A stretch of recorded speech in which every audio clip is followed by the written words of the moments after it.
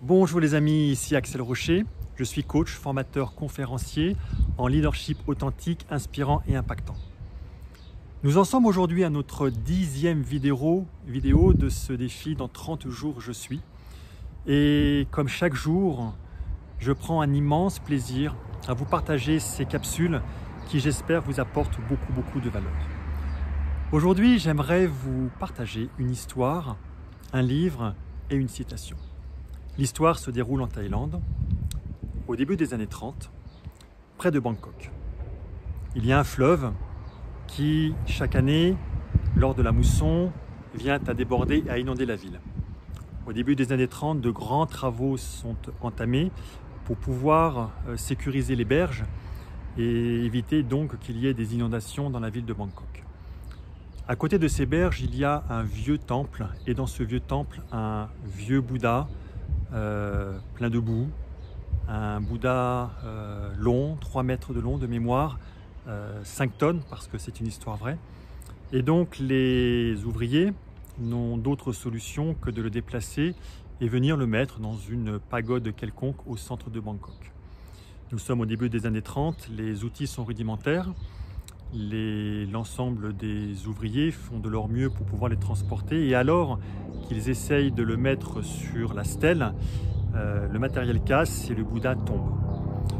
Il reste quelques jours soumis aux intempéries et donc à la pluie et quelques fissures commencent à apparaître mais rien de plus. Quelques semaines plus tard, les ouvriers parviennent à le mettre sur la stèle. Et alors que les moines sont en train de prier, le plus jeune d'entre eux voit une fissure et quelque chose qui brille au fond de la fissure. Il se rapproche, il regarde et en fait il s'aperçoit que ce qui brille en fait c'est de l'or. Tout le monde élargit la fissure, s'aperçoivent effectivement que c'est de l'or et donc du coup enlève toute cette couche de boue et il se révèle que c'est un Bouddha en or massif. L'histoire est vraie les amis.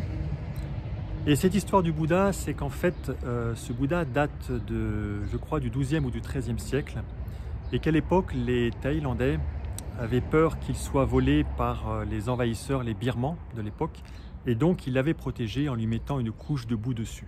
Vous avez compris, cet événement a été oublié. Et en fait, j'adore faire ce parallèle avec la personne que nous sommes. Ce Bouddha d'or, c'est nous, notre soi pur, notre soi profond. Et cette gangue de boue, c'est ni plus ni moins le masque que nous portons. Mais il arrive, de temps à autre, que nous avons aussi nos fissures. Et c'est là que ça m'amène au livre dont je vais vous parler aujourd'hui, qui est L'Alchimiste. L'Alchimiste de Paulo Coelho est un livre qui se lit très rapidement, mais qui est merveilleux. Franchement, si vous ne l'avez jamais lu, je vous le recommande, L'Alchimiste de Paulo Coelho. Et dans les toutes dernières pages, je crois que c'est dans le tout dernier chapitre, à un moment, l'alchimiste fait cette réflexion. Là où tu pleureras, là se trouvera ton trésor. Et en fait, j'aime beaucoup cette manière de parler, parce qu'en fait, là où tu pleures, c'est là, en fin de compte, où tu as accès à ton soi profond. Et je fais le parallèle, je pense que quand nous pleurons, c'est une émotion de joie. Et cette émotion de joie nous envoie le message, puisque les émotions sont des messages de notre inconscient. Et les messages, pour être écoutés, nous avons besoin de passer à l'action. Et donc, moi, ça m'arrive de temps à autre à pleurer. Ça m'arrive de pleurer, essentiellement lorsque je vois des personnes qui sont en difficulté et qui, à travers un travail souvent conséquent, parviennent à faire quelque chose qui est pour eux, en tous les cas, extraordinaire. Et en tous les cas, ils sont complètement alignés et on voit qu'ils arrivent à briller complètement, à se révéler aux autres. Et moi, cela m'émeut énormément parce que c'est ma mission d'aider les gens à toucher ce trésor, aider les gens à se révéler. Et donc, c'est la raison pour laquelle je vous parle de cette histoire, de cette métaphore, que je vous parle de ce livre, parce que ça me parle beaucoup. Et la réflexion, troisième point, réflexion dont je voulais vous faire part, je vous en ai parlé, je crois, il y a 1 ou 2 vidéos, c'est cette définition de l'amour. L'amour, c'est l'âme qui voit le jour. Et je pense qu'avec ça, on boucle la boucle, parce que l'âme c'est ce trésor, et lorsqu'il y a une fissure, cette âme peut sortir, elle peut briller, elle va venir voir le jour, et c'est là que toute notre puissance intérieure vient sortir. Donc les amis, qu'est-ce qu'on va faire de tout cela? Ce qu'on fait, c'est qu'en fait, nous avons tous notre masque de croyances, de peurs, de blessures, d'émotions qu'on a du mal à gérer. Et ça, c'est le lot de tout le monde, même les gens qui font un travail sur eux, nous avons tous cette problématique. Et en fait, la seule chose à faire par rapport à ça, c'est veiller à ces moments de nos vies où nous avons ces petites fissures. Pour moi, c'est quand je vais pleurer. Pour d'autres personnes, c'est quand d'un seul coup, on va avoir une clairvoyance.